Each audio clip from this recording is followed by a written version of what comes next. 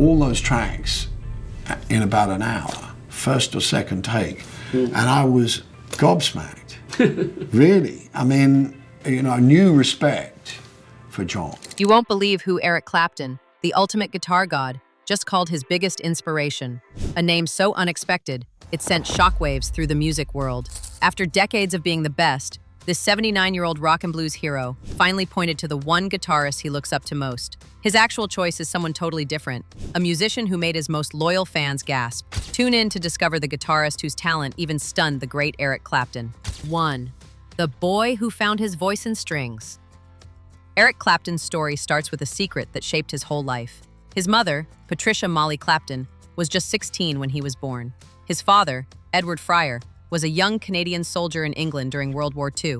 By the time Eric arrived, Fryer was already back in Canada, leaving Patricia, barely more than a child herself, alone with a baby. In those days, it was hard for a teenage mother to raise a child on her own.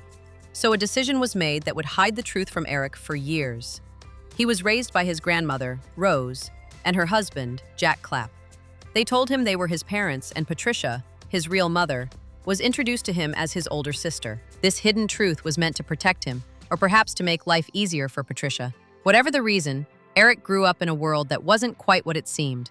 Rose and Jack gave him a steady, if simple, home. He had food, a routine, and felt like he belonged. But even as a young boy, small things felt a bit off. The way Patricia, his supposed sister, looked at him held something more than just sisterly love. When she visited, he saw a quiet sadness in her eyes that he couldn't understand back then. As he got older, these little clues started to add up. He noticed the way she watched him, differently from how other sisters looked at their younger brothers. A feeling that something wasn't right began to grow in his heart. Alberta, Alberta, where you been so long? Then, one day, the secret came out. Eric learned that Patricia was not his sister. She was his mother. The people he called mom and dad were really his grandparents. And his real father was a Canadian soldier he'd never met, a man who had gone back home, leaving just a name and a big empty space in Eric's life. Finding out the truth was devastating. It wasn't just the shock, it was knowing that his whole childhood had been built on a well-meaning lie. The people he trusted most had hidden something so important from him. He felt betrayed, lost, and unsure of who he really was. Clapton.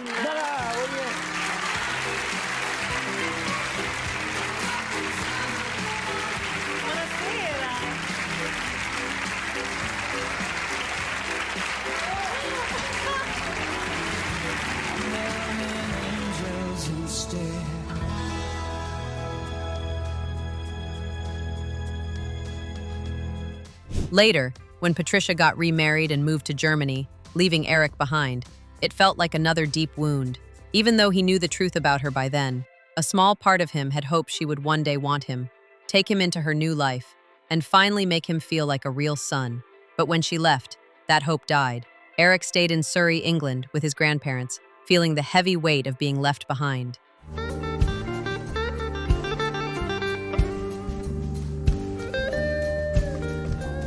He started to pull away from the world, keeping his feelings locked deep inside. He didn't talk about the hurt. He just carried it with him like a hidden scar.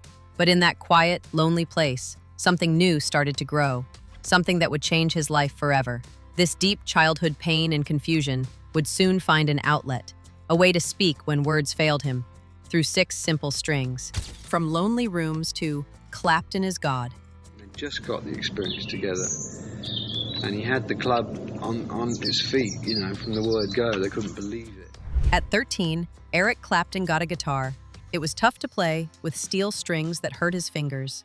He wasn't patient and could have easily quit, but he kept coming back to it. Maybe it was the only steady, real thing in his life that wouldn't leave him. At first, he played badly, but he was drawn to the blues music he heard, feeling a connection to its sadness and longing, even as a young boy. Those songs were about pain and searching, like they understood feeling abandoned. The next thing through it all, actually, the point that I should have made earlier is that I believe most of all in free speech and freedom of movement. Eric wanted his guitar to speak like that, so he practiced for hours until his fingers ached. He got a lot better after figuring out the 3-chord trick a blues basic. He learned to bend notes and play with real feeling. The guitar became his escape, a way to let out the loneliness he couldn't put into words. While other kids played outside, Eric was in his room with his guitar and old blues records. By 16, Eric was so good he stood out. Local musicians were amazed a young guy could play blues with such raw emotion. All those years of practice showed. He started playing on the streets, not for fame, but because he had to. The blues was his language. I'm a musician, so but I did realize that I was setting out to do a world tour. In 1963, a friend got him a small pub gig, his first real stage. He soon joined a band called The Roosters, his first taste of playing with others. By October, he was in the Yardbirds, a band gaining attention. They loved the blues too, and Eric's guitar solos wowed audiences. But as the Yardbirds got more popular, their music turned more pop, straying from the deep blues Eric loved. When their pop song, For Your Love, was a hit in 1965, Eric left. He chose real blues over fame and joined John Mayall and the Blues Breakers. There, he became a true blues master, his playing sharper and full of feeling. Word spread. Then, someone wrote, "Clapton is God," on a wall. This phrase followed him, but Eric disliked being worshipped. He just played to express his feelings. The Clapton is God graffiti was a sign of his rising fame, but soon, another guitarist would arrive in London, shaking Eric's world to its core. 3. When a comet named Hrix struck London. When I see those big brown eyes, that's when I take my cue. Don't take us but a few minutes to get a message through. Eric Clapton's journey to becoming a guitar hero was filled with incredible highs and deep lows. By the late 1960s, he was widely known as Britain's best guitarist. His work with Cream, a powerful band that took blues rock to new limits with their explosive, improvised playing and heavy sound, had put him at the very top of the rock world. But just as Eric was enjoying this success, another guitarist, a true force of nature, arrived on the scene and completely changed what people thought was possible with a guitar. That force was Jimi Hendrix. When Hendrix came to London in 1966, the city's music scene was already buzzing with rumors about this mysterious American guitar player. Eric, curious about all the talk, got his first taste of Hendrix's playing when Jimi showed up at one of Cream's early gigs and asked if he could sit in and play a song. No one in the room was ready for what happened next. Hendrix launched into an electrifying version of Killing Floor, a blues song so difficult that Eric himself had struggled with it.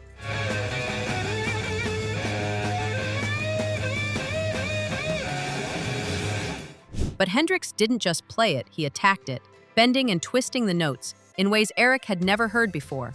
Eric was completely stunned. His hands were trembling as he tried to light a cigarette afterwards. How could anyone play like that, he wondered. He had spent years perfecting his skills, thinking he had reached the highest level of guitar playing. But in just one performance, Hendrix had rewritten all the rules. Do you have to practice every day the way a violinist does? I mean, if you're not working. Like play to myself in in the room or before we go on stage or something like this, or whenever I feel like, whenever I feel down or depressed or whatever, I just go on and play. And I can't practice, so it's just always constantly, like a jam, It's hard for me to remember any notes because I'm constantly trying to create other things. That's why I make a lot of mistakes. Do you read music? No, not at all. For the first time in his career, Eric felt something new, self-doubt. What if he was losing his touch? What if Hendrix was the future of guitar and he was just part of the past? A competitive fire burned inside him, but so did a strong sense of admiration.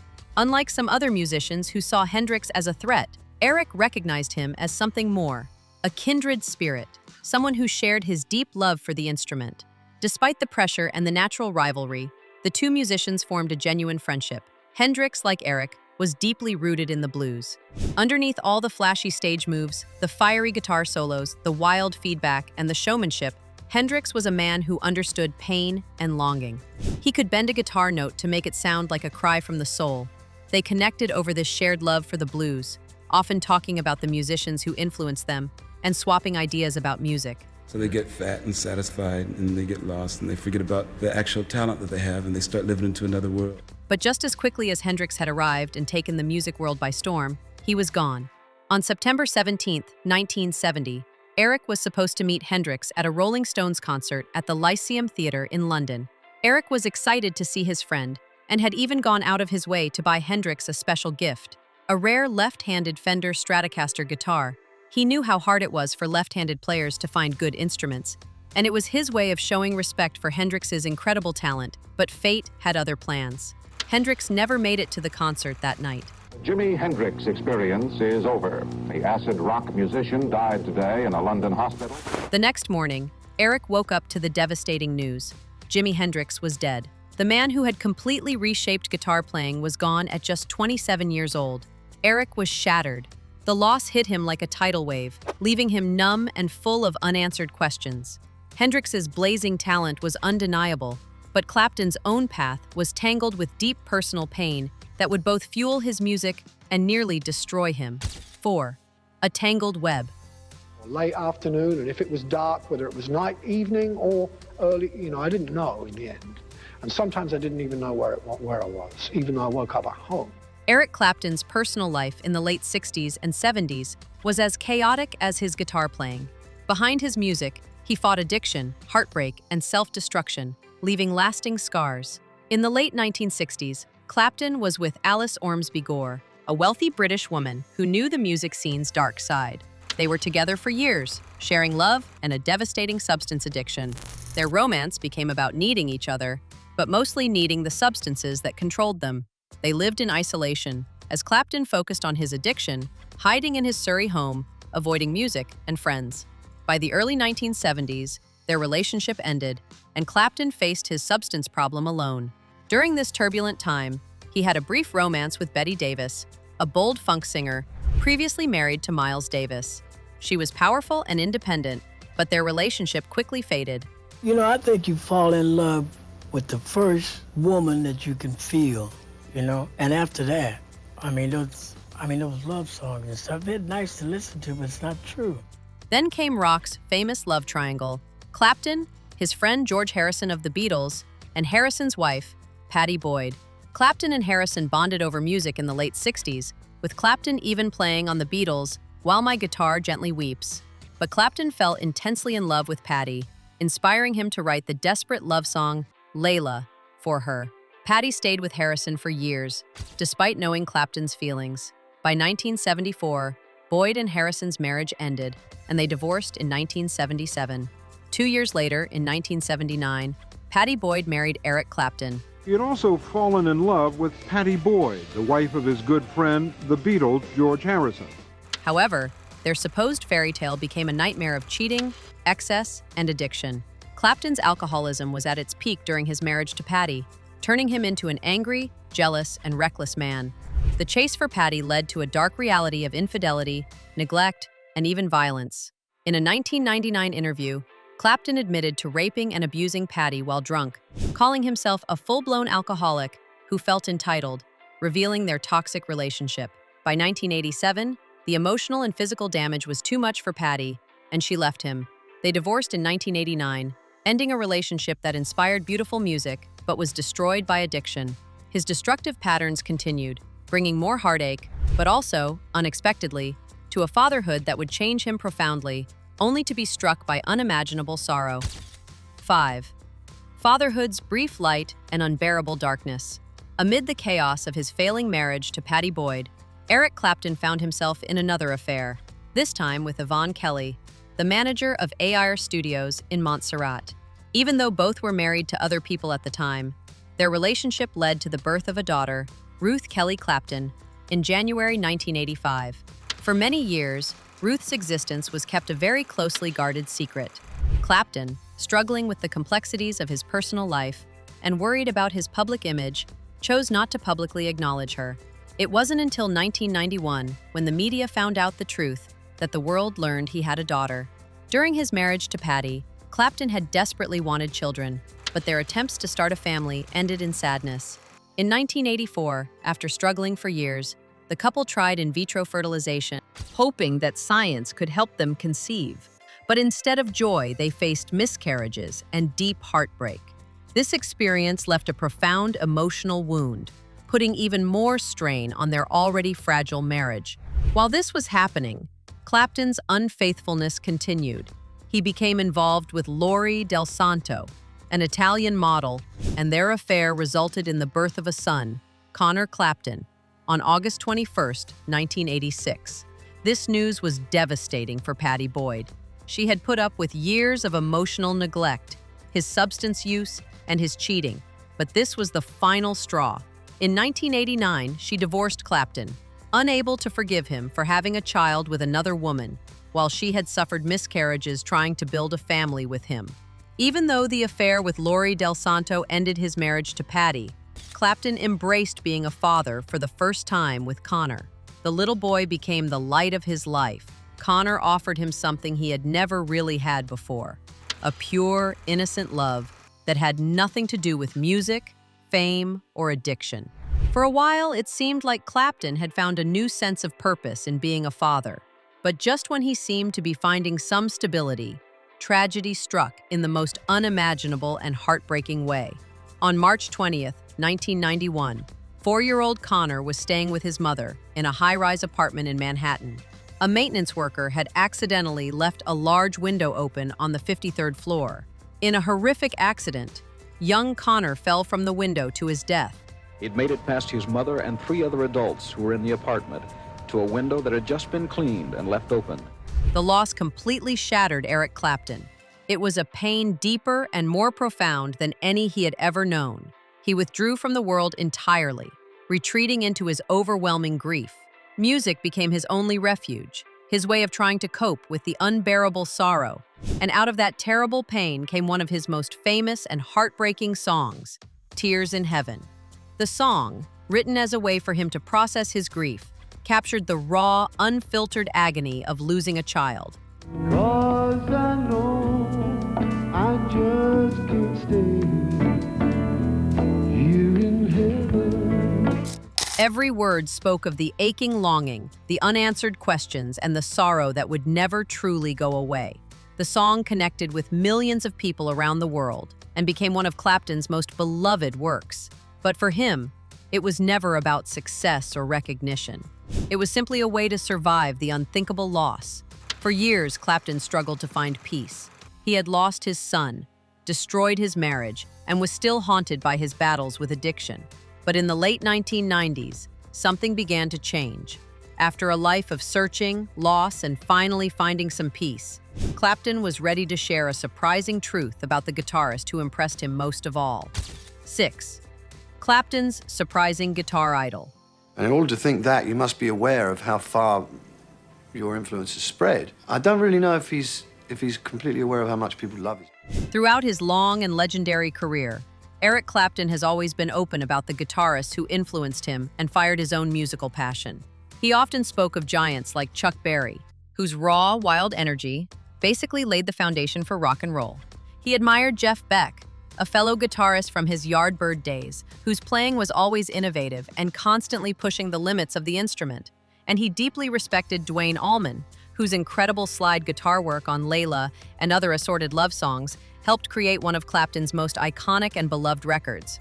Clapton also showed his appreciation for younger musicians, like John Mayer, who he felt was carrying the torch for modern blues guitar, keeping the tradition alive with skill and feeling.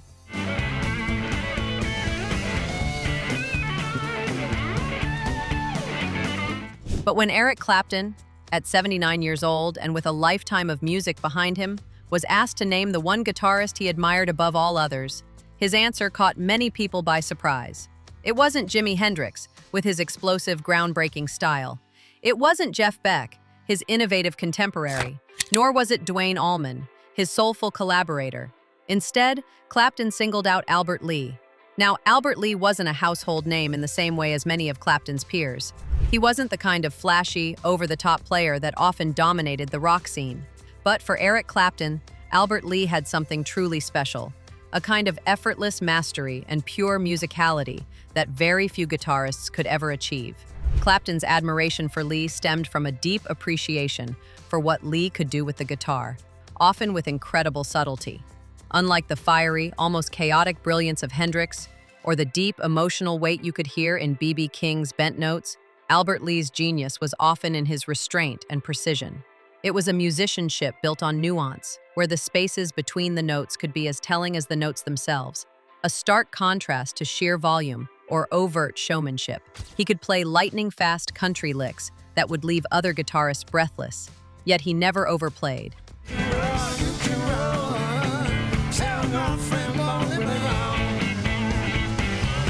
Every single note felt perfectly placed, intentional, and delivered with an almost unbelievable grace. Lee demonstrated a quiet confidence in his playing, letting the guitar speak with a clarity that was both astonishing and deeply musical, proving that virtuosity didn't always need to shout. Clapton, who understood the immense difficulty behind such seemingly effortless execution, recognized this profound artistry immediately. Clapton was simply in awe of this. "The greatest guitarist I've ever known," he once called Lee, a statement that reportedly even surprised Lee himself. Eric Clapton's choice reveals his deep value for pure skill over flash. Who do you think is an underrated guitar master?